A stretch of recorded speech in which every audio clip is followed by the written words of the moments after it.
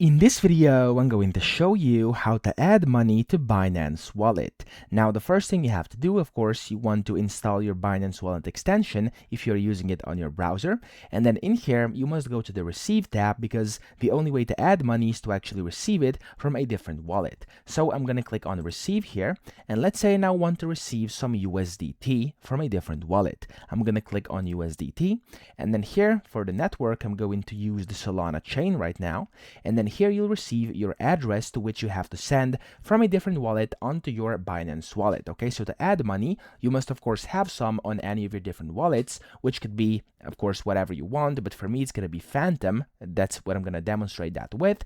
And then here, of course, you want to send onto this address, which is your Binance wallet address. So I'm going to click on this, copy it. I'm going to go to Phantom here, and then make sure you do select the correct token and correct network.